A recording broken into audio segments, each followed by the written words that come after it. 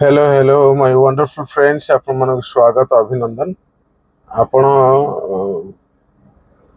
जो प्रिलिम पई जो भाबुतले जे कौन करिवे क्वेश्चन आंसर केमती प्रिपेयर हेबे बा जो प्रैक्टिस केमती करिवे से विषय में कहया पई चाहू छी।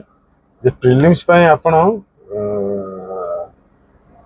आग मटेरियल जो अच्छी पढ़ी देबे। डायमंड 4टा कैप्सूल 11टा 15टा बुकलेट पढ़ी देबे एवं जदि पढ़ी सारी ताको रिवीजन करदेबे। रिवीजन सरीगला तापर आपण माने जो इंजेक्शन क्वेश्चन बुकलेट अच्छी ताको कौन करेंगे प्रैक्टिस करदेबे। ये इंजेक्शन जो बुकलेट अच्छी मैं आपको देखौची ये 10टा बुकलेट अच्छी बुझे देखी दिंतु। 10टा ये बुकलेट अच्छी बुझे एक स्पीड पोस्टर नहीं जिवे।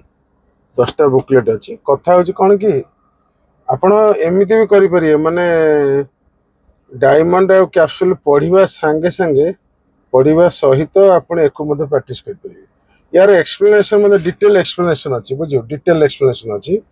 तो 10टा बुकलेट पाखापाखि 10,000 खंड क्वेश्चन अच्छी ये करंतु आउ किसी बेसी आवश्यकता हेनी।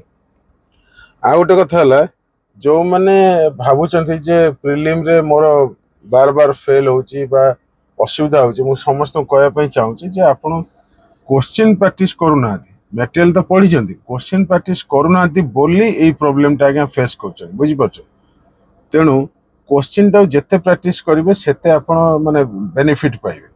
कारण आपण जो प्रिलिम देबे सेथिरे माने जो प्रकार ऑब्जेक्टिव हो बा कॉन्सेप्चुअल क्वेश्चन हो ये सब जिनस प्रैक्टिस आसो। आपण पढ़ी देइछन किंतु प्रैक्टिस करना माने सेठी कोन हो कि आपण all of a sudden question देखले माने बनाया भारी कष्ट हो। तेणु आपण इंजेक्शन सीरीज टाको कर दियंतु आ प्रॉब्लम किछि होबनी। बहुत बहुत अभिनंदन।